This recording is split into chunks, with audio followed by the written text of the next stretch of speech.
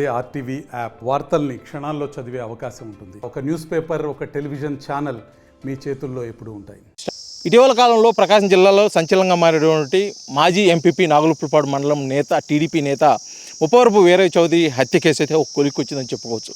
ఎందుకంటే ఇప్పటి వరకు పాత్రదారులు, సూత్రధారులు ఎవరు కూడా పోలీసులకు దొరకక కొంత ఆ కేసు అయితే ఆలస్యమైంది. కాకపోతే ఇటీవల కాలంలో ఈ పాత్రదారులు కొంతమంది, సూత్రధారులు కొంతమంది పోలీసులు అదుపులోకి తీసుకుని తమదైన శైలిలో కూడా రహస్యంగా విచారిస్తున్న నేపథ్యంలో ఈ హత్యలో ప్రధాన సూత్రధారు ఉన్నటువంటి వినోద్ కూడా పోలీసు అదుపులో ఉన్నారని చెప్పేసి తాజాగా వచ్చిన సమాచారం. దానికి సంబంధించి హత్యలో నేరుగా పాల్గొన్నటువంటి బన్నీ వంశీ అనే ఇద్దరు వ్యక్తులు కూడా పోలీసులు అదుపులోకి తీసుకుని వారిని అయితే రహస్యంగా విచారిస్తున్నారు.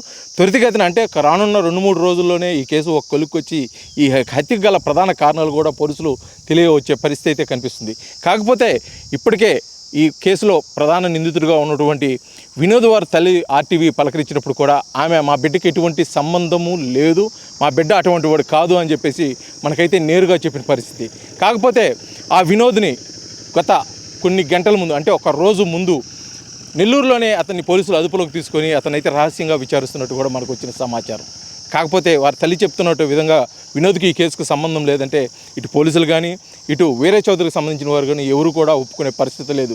కాకపోతే తల్లికి తెలియకోకుండా వినోద్ చేసే ఇటువంటి పనులు తల్లికి తెలియాల్సిన అవసరం కూడా లేదు. కాబట్టి పోలీసులు అయితే ఈ వినోద్ను రహస్యంగా విచారిస్తున్నారు.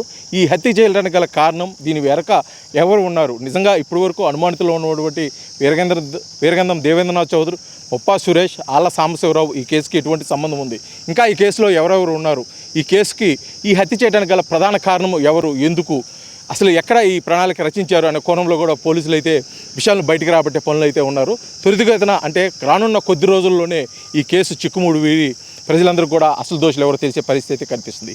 వీడియో జర్నలిస్ట్ లక్ష్మితో శ్రీనివాస్, ఆర్టీవీ, ఒంగోలు, ప్రకాశం జిల్లా. మరిన్ని వీడియోస్ కోసం ఛానల్ ని సబ్స్క్రైబ్ చేయండి. లేటెస్ట్ అప్డేట్స్ కోసం వాట్సాప్ ఛానల్ ని ఫాలో అవ్వండి. ఆ లింక్ డిస్క్రిప్షన్ లో ఉంది.